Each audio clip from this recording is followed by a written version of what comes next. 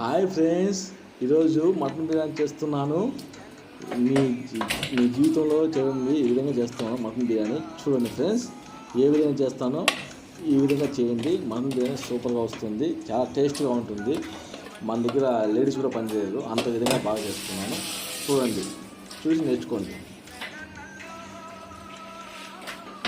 First of all mutton బాగా clean చేసుకొని అవన్నీ స్టవ్ ఆన్ చేసుకోవాలి. క్లీన్ చేసిన తర్వాత స్టవ్ మీద కుక్కర్ పెట్టేసి ఒక 4-5 విజిల్ బాగా వచ్చిన తర్వాత మనం బియ్యం నానబెట్టుకోవాలి. ఒక ½ అన్ అవర్. కొత్తిమీర, పుదీనా, నిమ్మకాయ, పెరుగు, ధనియాల పొడి, టమోటా, మిర్చి తీసుకొని అన్నీ రెడీ చేసి పెట్టుకోవాలి.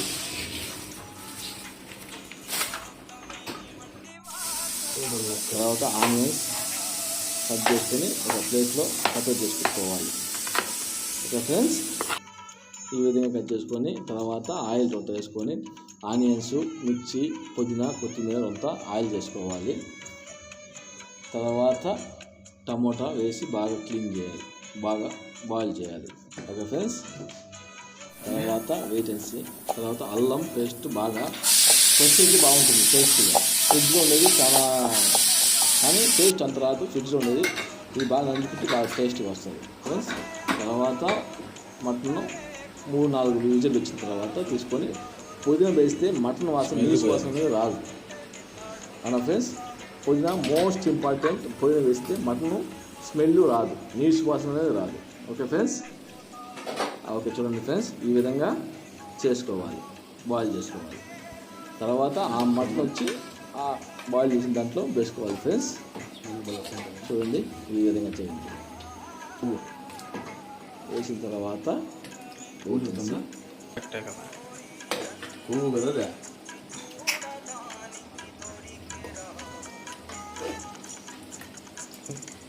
ఈ వయసులో ఉండాలి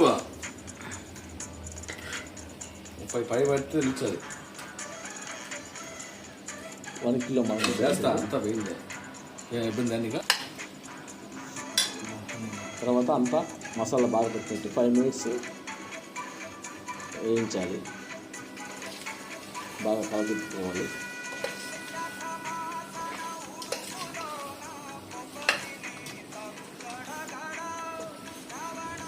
అన్నం వేసాం కదా, స్మెల్ బాగా వస్తుంది ఫ్రెండ్స్, చాలా వస్తుంది స్మెల్.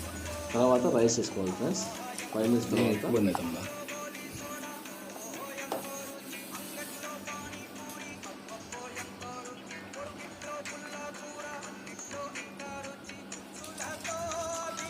మళ్ళీ వేసుకోవాలి ఫ్రెండ్స్. కొద్దిగా రైస్ వేసిన తర్వాత మళ్ళీ కలబెట్టిన తర్వాత మళ్ళీ కొద్దిగా రైస్ వేయాలి.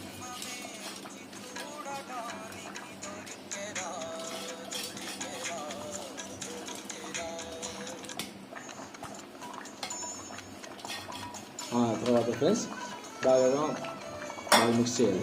రైస్ మటన్ వాటర్ బాగా మిక్స్ చేసిన తర్వాత చూడండి ఫ్రెండ్స్, ఈ విధంగా బాగా వేసిన తర్వాతే మిక్స్ చేసుకోవాలి. రైస్ అనేది ఇరగవన్నమాట. ఓకేనా ఫ్రెండ్స్. తర్వాత మూడబెట్టిన తర్వాత చూడండి ఫ్రెండ్స్, ఏ విధంగా 10 మినిట్స్ వెయిట్ చేయాలి.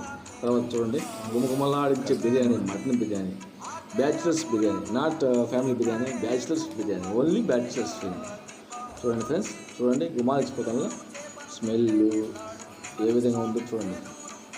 చూడండి ఫ్రెండ్స్, ఒక ముద్ద బదులు 10 ముద్దలు ఉంటారు. సరేనా ఫ్రెండ్స్. చూడండి, గుమగుమలాడే మటన్ బిర్యానీ. తర్వాత నెయ్యి వేయాలి, ఒక 5-6 చుక్కలు నెయ్యి వేస్తే దాని స్మెల్లే వేరే లెవెల్గా ఉంటుంది ఫ్రెండ్స్. చూడండి ఫ్రెండ్స్, చూడండి టేస్ట్ చేస్తారు చూడండి.